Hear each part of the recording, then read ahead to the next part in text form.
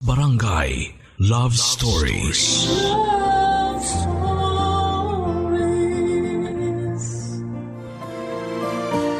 Minsan sa buhay natin ay nahaharap tayo sa isang sitwasyon na hindi natin kontrolado.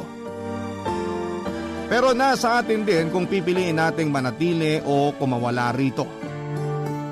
Ikaw kabarangay, naranasan mo na bang makihati sa pagmamahal niya habang lantaran siyang namamangka sa dalawang ilog?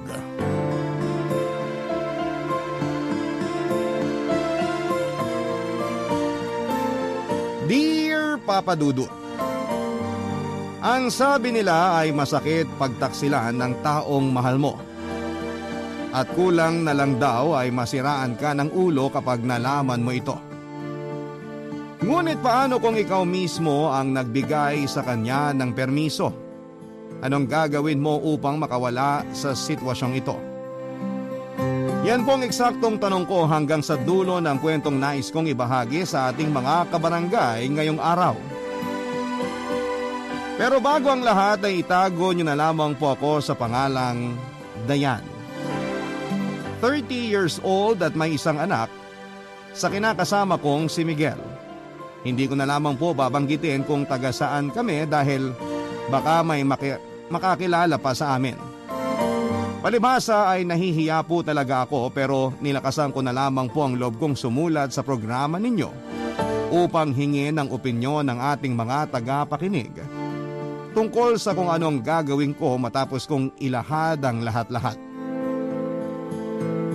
Katulad ng ibang magkarelasyon ay nagkakaproblema rin po kami ni Miguel, Papa Dudut, at kadalasan ay tungkol po yon sa pera.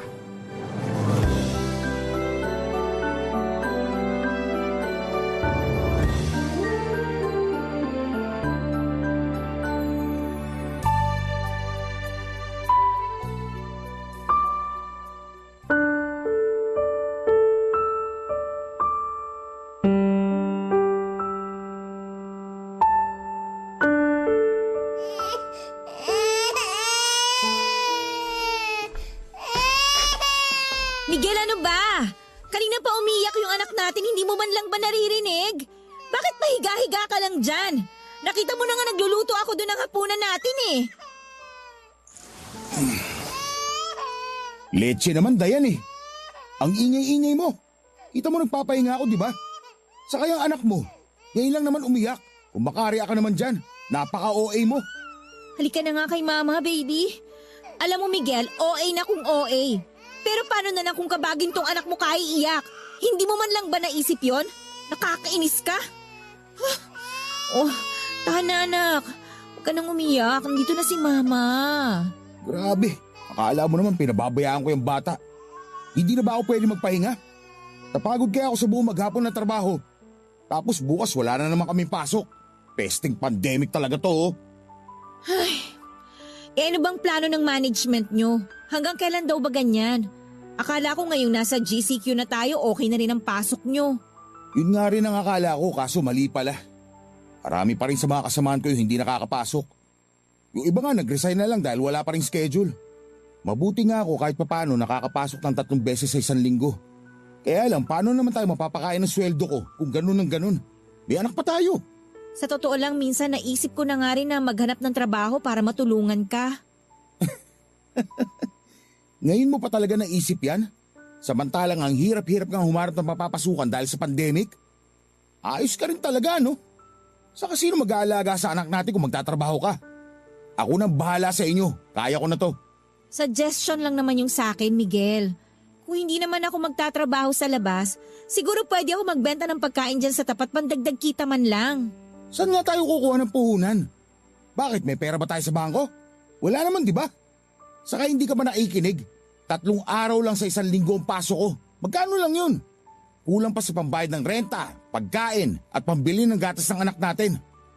Kung bakit ba kasi mahirap na nga tayo, lalo pa talagang sinadsad sa hirap ng sitwasyon na to. Naniniwala naman ako na makakaraos din tayo. Tsaka hindi lang naman tayong nahihirapan ngayon. Marami sa mga kababayan natin yung ganito rin o mas malala pa nga ang pinagdaraanan. Aba, wala akong pakialam sa kanila. Sa lagay, iisipin ko pa ba ang problema nila? Samantala may sarili tayong problema? Pwede ba, Dayan? Huwag mo nga akong daanin sa ganyan. Ganito nabubwisit na ako tapos para ka pang ewan dyan. Eh bakit ka ba nagagalit? Sa palagay mo ba may magagawang solusyon kapag nagalit ka? Tatabo ba tayo ng pera kapag ganyan ang ugali mo? Ang hirap kasi sa'yo, masyado kang nege.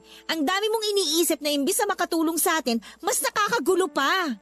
Kung ikaw kaya magtrabaho sa labas at bumuhay sa pamilyang to, Hoy, wag na wag mong isusumbat sa akin yan dahil simulat sa pool, alam mo ang responsibilidad mo sa amin ng anak mo. Saka akala ko ba ikaw ang bahala sa amin? Bakit biglang ganyan ka? ganito siguro talaga kapag puro nakakainis na lang ang mga nangyayari. Miguel, naiintindihan ko naman ang nararamdaman mo. Maniwala ka, ako rin. Naiinis din ako kasi bakit nagkaroon pa ng ganitong pandemya. Ngayon pa talaga kung kailan kailangan nating lumabas para kumayod, di ba? Kaso naisip ko, hindi natin kontroladong sitwasyon. Kung wala tayong ibang gagawin kundi mainis o magalit na lang, wala mangyayari sa atin. Pare-pareho tayong mamamatay ng dilatang mata. Kaya nga imbis na nagkakaganyan ka, tumayo ka na dyan at maghain ka na doon. May binigay na ayuda sa barangay kanina kaya may matino tayong ulam. Anong matino sa sardinas at noodles? Purgang-purga na nga ako doon. Wala na nga ihi ko eh. Eh mas mabuti na yan kaysa wala. Ay nako, ang dami mo talagang reklamo.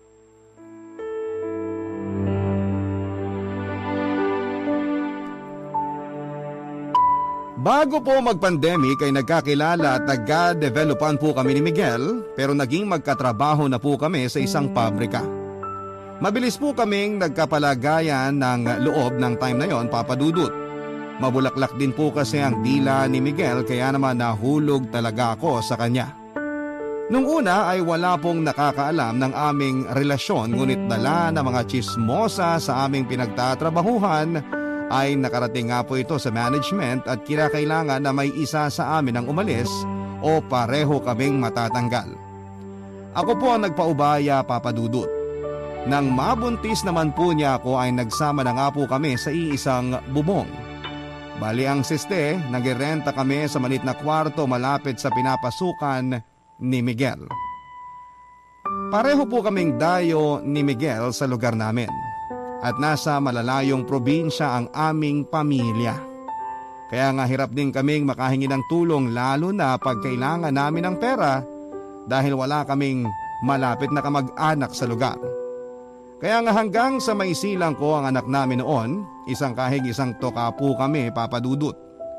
Mabuti na nga lang kahit paano ay may ipon akong kaunti na siya kong ginagamit noon sa panganganak ko, Papa Dudut.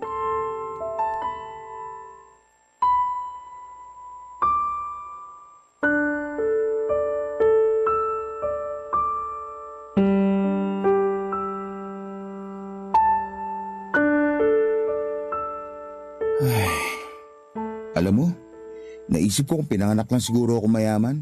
Ibang tipo may asyenda, mga pabrika at maraming ari-arian ng nanay at tatay ko. Sigurado, hindi tayo isang kahig isang tuka ngayon.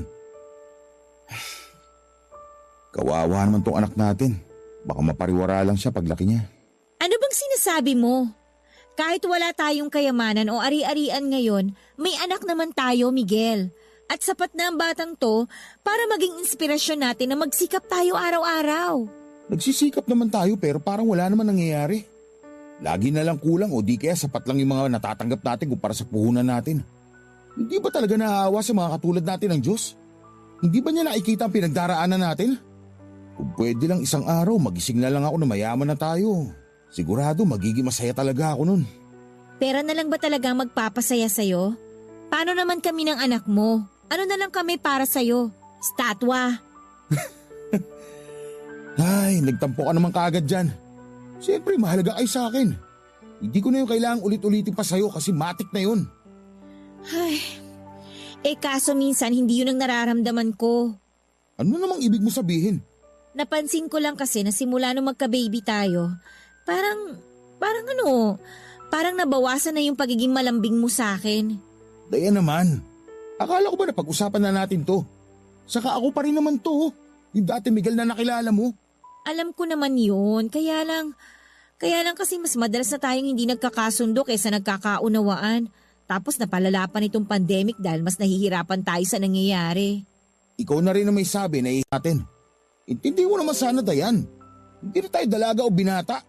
Ako pa talagang dapat umintindi. Hoy, para sabihin ko sa'yo ha, naiintindihan ko lahat.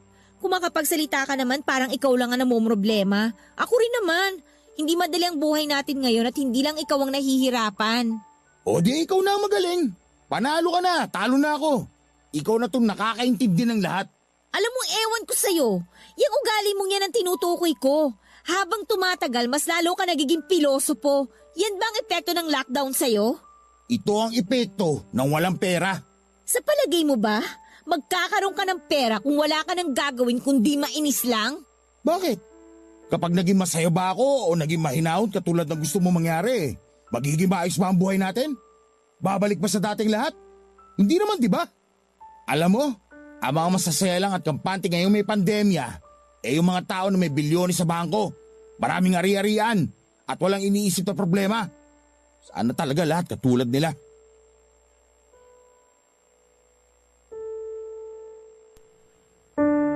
Pareho po kaming high school graduate ni Miguel at kahit na hindi kami pinanganak na mayaman, ay may pangarap pa rin po kami para sa aming anak. Siguro hindi maintindihan ng iba ang sentimiento namin at sasabihing hindi na lamang sana namin dinamay ang anak namin sa aming kahirapan. Pero malakas po ang paniniwala ko ng panahon na yon na pagsubok lamang ang pinagdaraanan namin, Papa Dudut. Masipag naman po kaming pareho at determinado sa buhay. Kaya lang dahil nga sa pandemic ay kinakailangang magsarapan samantala ng pabrika na pinagtatrabahuhan ng live-in partner ko, Papa Dudut. Tapos noong nag-resume naman ang pasok nila ay naging irregular na ito. Kaya nga hindi katakataka na maging mainitin ang ulo ni Miguel ng mga panahon na yon na pilit ko namang inuunawa. Bagaman sa loob-loob ko ay hindi po ako sanay na palagi po kaming nag-aaway. Ang mga kwento ng pag-ibig, kwento ng buhay at kwento ng pag-asa. Nasa Spotify na, Barangay Love Stories. Pakinggan kahit kailan, kahit saan. Barangay Love Stories sa Spotify. Kinig na, kabarangay! Ang sabi po nila ay lubusan mong makikilala ang isang tao kapag nagkasama na kayo sa iisang bubong. Totoo po yon dahil unti-unti ay nakikita ko ang totoong ugali ni Miguel. Mabait naman po siya at responsableng tatay sa anak namin. Kaso kapag wala siyang pera, mainit ang ulo niya. Akala ko tungkol lamang sa hindi regular na pasok niya sa pabrika ang dahilan kung bakit madalas ay kinakapos kami noon sa pera. Pero nabanggit niya minsan sa isa naming pagtatalo na nagbabadya na naman palang magbawas ng empleyado ang pinagtatrabahuhan niya dahil nga sa maliit na kita. At isa po siya sa mga napipintong mawala ng hanap buhay. Parang pinagsakloban po ako noon ng langit at lupa dahil paano na lamang ang mga bayarin namin kung mawawalan siya ng trabaho. Kahit na sabihin natin na pwede nang lumabas ng bahay ay hindi pa rin po gaanong kadaling humanap ng mapapasukan. Umaasa na lang talaga ako na maaawa ang management nila sa kanila at matatapos na rin ang pandemya sa lalong madaling panahon.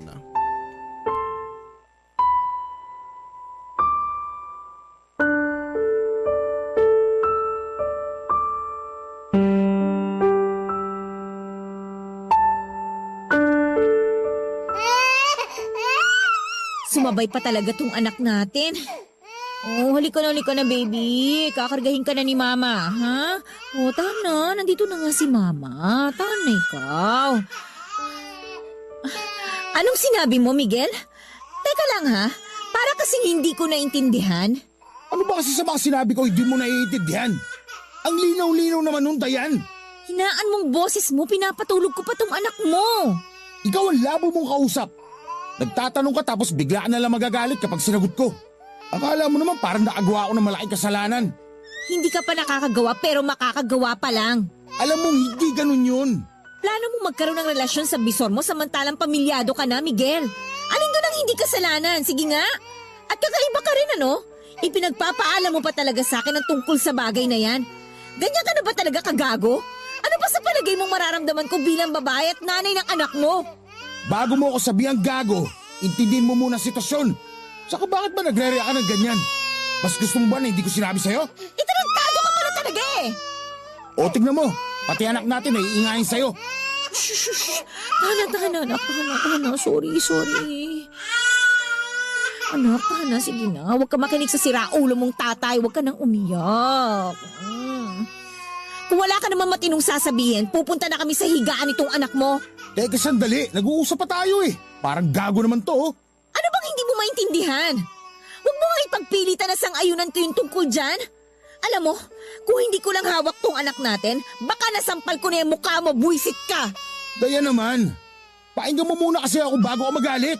At ano pa bang gusto mong sabihin? Hindi ka pa ba tapos? Kasi kung alam mo lang kung gaano ako nasasaktan ngayon at nagagalit, may isip mong mahiya at manahimik na lang eh. Ay! Okay, sorry na kung nasaktan kita pero maniwala ka. Hindi yun ang intensyon ko. Ang akin lang naman, inalok ako ng bisor ko. Nakapalit ang pagkakaroon namin ng relasyon, ibabayaran niya ako. Pero yung relasyon naman na yun, hindi katulad ng sa atin. Wala lang yun. Wala kasamang feelings yun. Pwede ba wag mo na nga akong gawing tanga? Hindi kita ginagawang tanga. Sinasabi ko lang sa'yo na may oportunidad na nakalatag. Kailangan na lang natin sunggaban. Huwag mo nga ako idamay sa kagaguhan mo. Nananahimik kami ng anak mo. Extra income. Yun lang naman na gusto ko maisip mo. Saka alam din naman ng bisor ko na may pamilya na ako. May asawa na rin yun, kaya laro-laro lang to. Yun na nga ang hindi ko maintindihan eh. May asawa na pala siya pero bakit gusto pa rin niyang gawing komplikado ang lahat? Tapos plano pa niya talagang guluhin ang pamilya natin? Hindi mo man lang ba naisip yun, Miguel? Ako na nga nagsasabi sa'yo na hindi mangyayari ang bagay na kinatatakutan mo eh. Kaya pwede ba, huwag mo nga pangunahan ng mga hindi pa nangyayari. Ang hirap kasi sa'yo, emosyon mo kagad ang pinapairal mo imbis na yung utak eh. Kailangan natin ng pera, Dayan. At hindi natin masusustentuhan ang lahat ng pangangailangan natin sa kakarampot na sinasahod ko sa 3 araw na pasok namin sa pabrika. Paminsan-minsan na mag-isip ka rin bago kang gumawa. Buisit ka! Ikaw ang buwisit! Halos mabuwal po ako noon mula sa pagkakatayo noon matapos ipaalam sa akin ni Miguel ang tungkol sa pinaplano niya.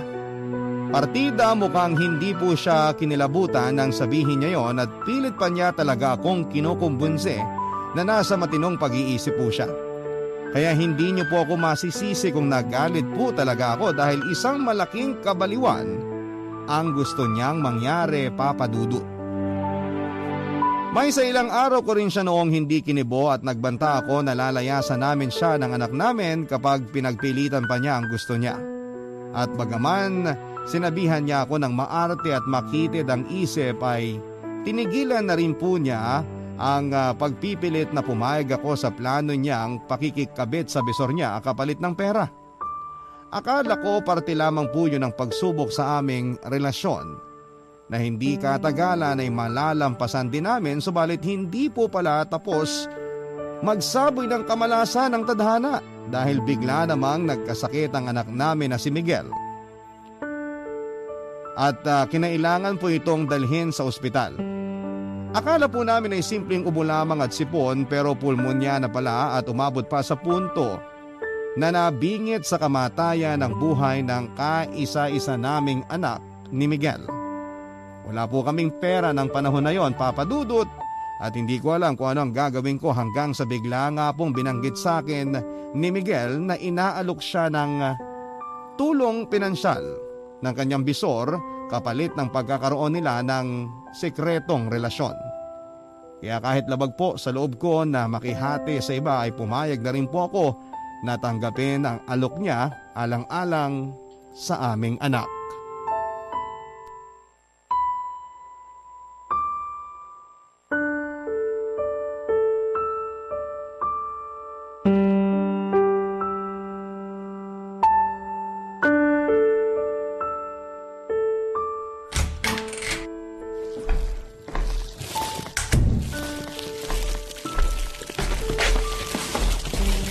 Kumusta anak natin? Okay naman siya. Ayan, natutulog na pagkatapos kong palitan ng diaper.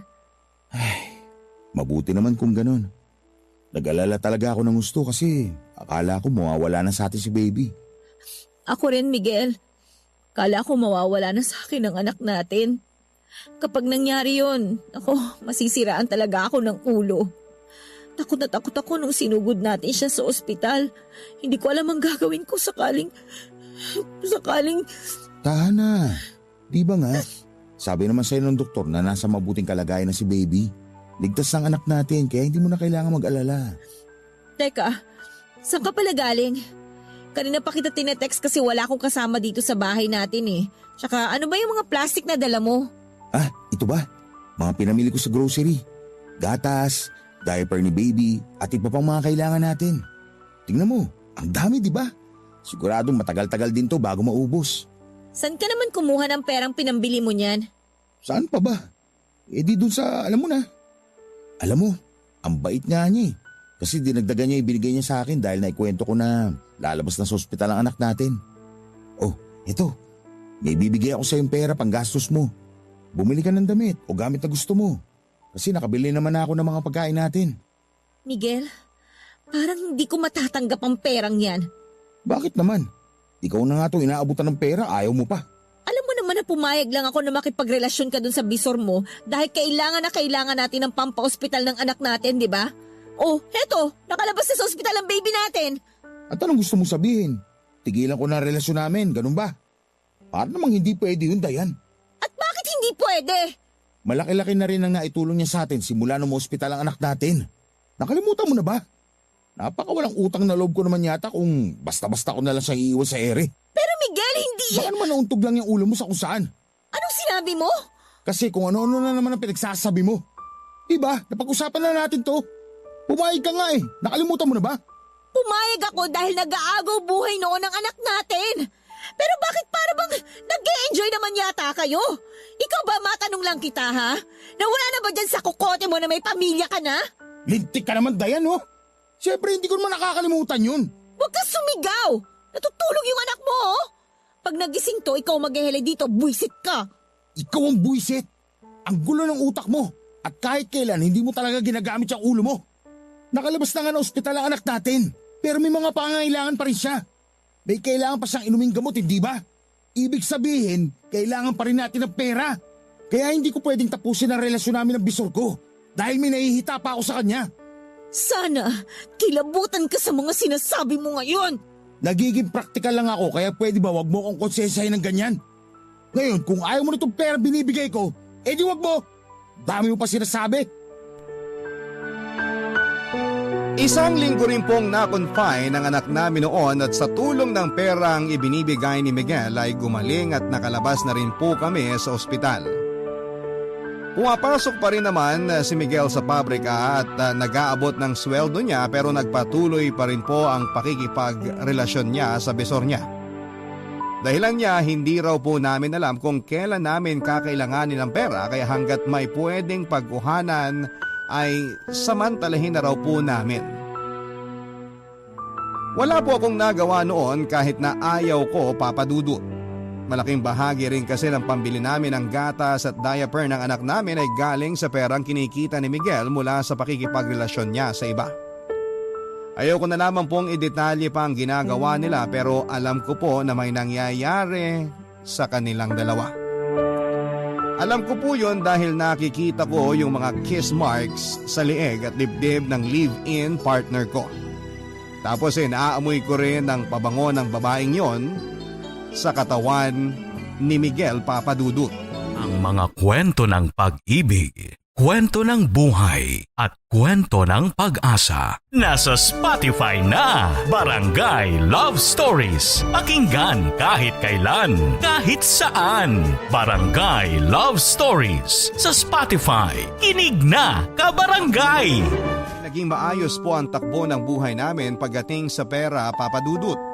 Pero pumakla naman at tumabang ang dati naming matamis na relasyon ni Miguel.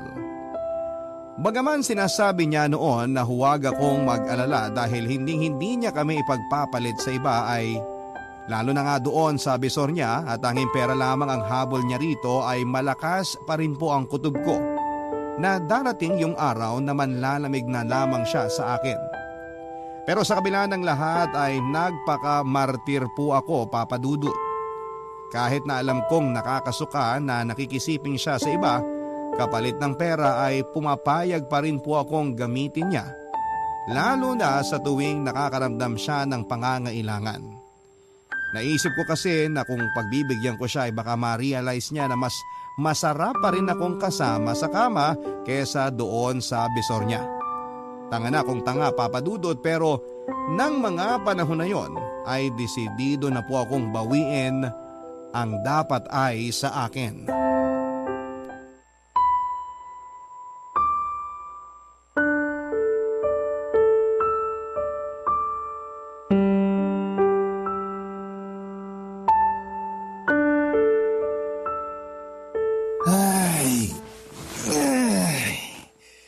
Pakiramdam ko, makakatulog ako nito ng mahimbing. Grabe, Dayan. Habang tumatagal, parang nasasabay mo na yata ang resistensya ko ah. Nakailan nga ba tayong rounds ngayon? 2? 3? Miguel, hindi ka pa ba kontento sa akin? Naibibigay ko naman yung pangangailangan mo, di ba? Kaya hindi mo na kailangan bumalik-balik pa doon sa babaeng yun. Saan na naman ba papunta ang usapan nating to? Panira ka naman ng mood eh. Nakakabwisit ka talaga kahit kailan. Pero ano pa bang kulang sa akin? Diba sabi mo, nasasabayan na kita kahit na ilang rounds pa ang gusto mo? Tapos sinusunod ko naman yung mga pinapagawa mo. Ang gusto ko lang naman, ako na lang. Huwag ka nang bumalik sa kanya. Alam mo, ang bagal talaga ng proseso ng utak mo, no? Hindi mo talaga ako maintindihan. Alin ba kasi ang hindi ko naiintindihan? Sige nga, sabihin mo nga. Ipaintindi mo sa akin. Yang kaparaningan mo at pagiging silosa mo hindi ko maintindihan. Napag-usapan na natin to, di ba? Sa sobrang daming beses na nga, malapit na ako magsawa. Puro ka duda, puro ka hinala. Naglilihim ba ako sa'yo? Hindi naman, di ba? Kaya bakit ka na naman nagkaaganyan? Sa pagkakatanda ko, hindi naman ako nagkukulang sa inyo ng anak natin. Pero hanggang kailan mo planong gawin ang bagay na yan? Hanggang sa lumaki ang anak mo? O hanggang sa mamatay ka?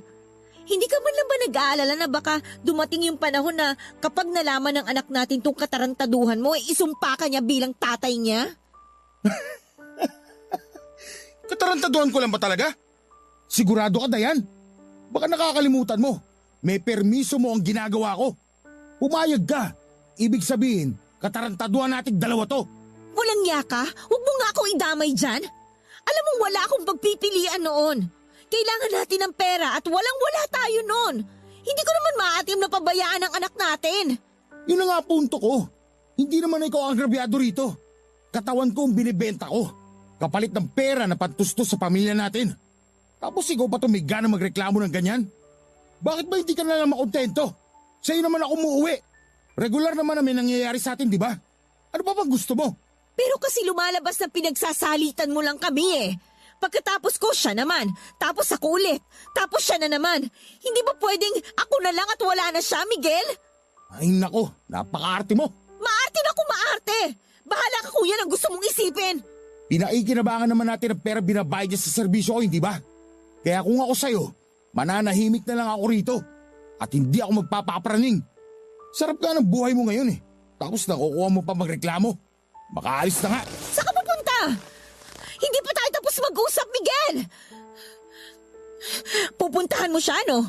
Hayop ko talaga, napakawalang niya mo. Mag-iossi lang ako. Dahil nauumay na ako sa pagmumukha mo. Buisit na buhay to, oh. Sinisira mo ang gabi ko.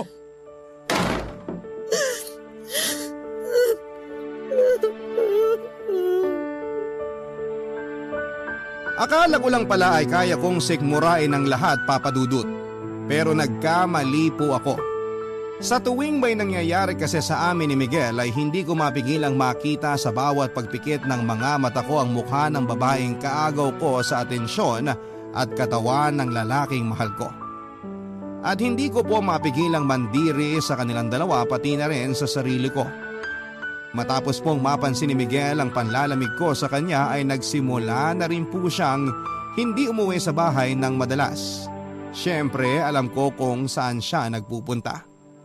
Pero wala po akong magawa dahil sa umpisa pa lamang ay pumayag na ako sa kalokohan nila. Nang mga panahon na yon ay para po akong kumuha ng bato na ipupukpok ko sa ulo ko, Papa Dudut. At doon na nga po ako nag-decide na ayoko na. Magsasalita na ako at maninindigan na tigilan na ni Miguel ang kawalang hiyaan dahil darating ang araw na ano na lamang ang sasabihin ng anak niya sa amin na mga magulang niya, hindi ba? Kaya nga ginawa ko na po ang alam kong tama, Papa Dudut. Yon ay ang kausapin ng masinsinan si Miguel na tapusin na niya ang pakikipagrelasyon sa bisor niya sa lalong madaling panahon. At magsimula ulit kami bilang maayos na pamilya. Handa naman po ako noong kalimutan ang lahat-lahat ng nangyari.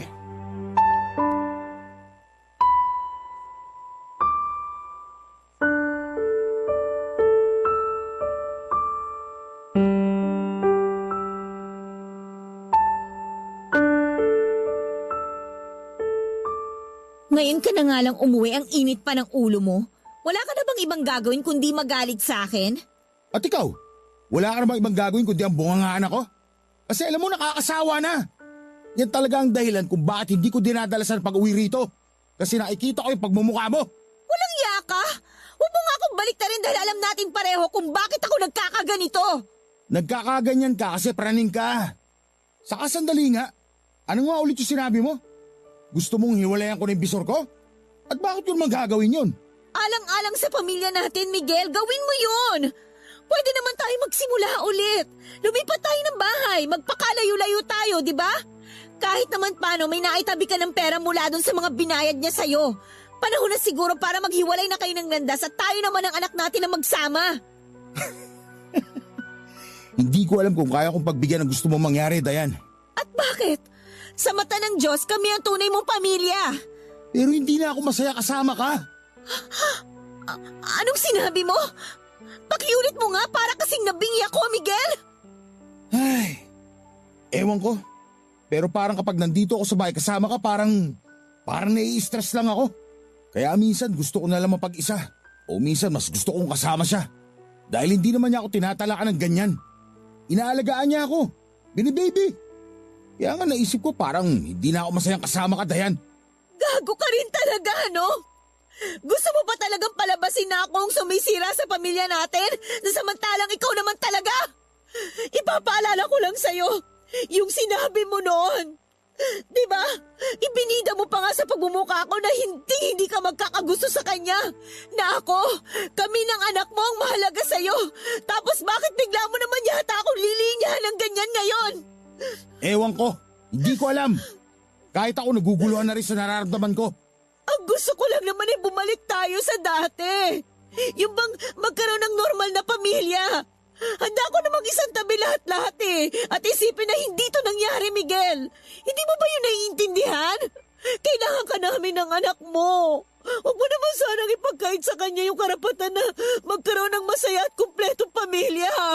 Hindi tayo kailanman magiging masaya kapag wala tayong pera. At wala akong ibang alam na gawin para mas kumita na malaki bukod sa ginagawa ko ngayon. Kaya kung gusto mo pa rin magkaroon ng buo at kumpletong pamilyang anak natin, wag mo na ulit panghimasukan ng diskarte ko. At kapag umuwi ako rito, wag ka na rin dumaldal ng kung ano-ano. Kasi lalo lang talaga ako nasusuya sa'yo. Napakawalang yaman talaga! Aray! Hoy! Tigilan mo yan! Buwisit ka! Nakakawalang gana ka na talagang babae ka! Sana masunog na yung kaluluwa mo sa impyerno!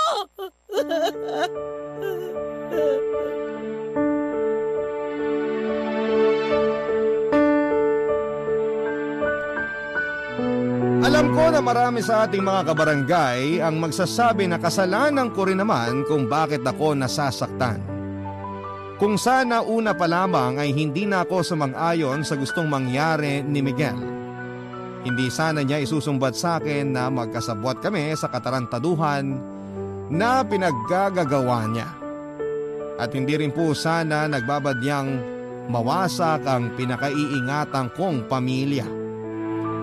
Gulong-gulo na po ako, Papa Dudut, at hindi ko na talaga alam ang gagawin ko, lalo pa at magpahanggang sa ngayon ay tuloy pa rin si Miguel sa pamamangka niya sa Dalawang Ilog. At bagaman umuwi pa rin siya sa apartment namin ay hindi na po katulad ng dati ang aming relasyon at turingan sa isa't isa. Sa kasalukuyan, bagaman nasasaktan ang gusto ay pinilit ko pong libangin ang sarili ko sa pamamagitan ng pagtitinda online at kahit paano ay naitabi ko po yung huling sweldo ni Miguel mula sa pagtatrabaho niya sa pabrika bago siya tuluyang umalis na doon. At yun po ang ginamit kong puhunan para makapag-reseller online. Nag-iipon po ako, Papa Dudut, dahil pinaplano ko pong umuwi sa probinsya namin kasama ang anak ko at tuluyan ng iwanan dito si Miguel. Hindi ko na po talaga kayang makisama sa kanya pero kapag naiisip ko po na palalakihin kong mag-isa ang anak namin ay natatakot po ako. Hindi ko alam kung kaya ko o magiging unfair ba ako sa anak namin dahil lalaki siyang walang ama. Kaya nakikiusap po ako sa mga kabarangay natin na sana ay mabigyan nila ako ng payo at maliwanagan ako sa desisyon ko. Hindi ko na po kasi talaga alam kung saan ako lulugar at wala naman akong malalapitan. Sa pakikinig na lang po talaga sa radyo at ng programa ninyo ako kumukuha ng mapagkakaabalahan bukod sa aking munting hanap buhay. Kaya sana po ay matulungan niyo ako. Maraming salamat po, Papa Dudut, kung sakaling mapili po ninyo ang kwento ng buhay ko at sana po ay ipagpatuloy po ng programa ninyong Barangay Love Stories ang makapagbigay ng mga kwentong kapupulutan ng aral at inspirasyon ng ating mga tagapakinig. Ang inyong forever kapuso at kabarangay, Diane. Barangay Love Stories. Love Stories.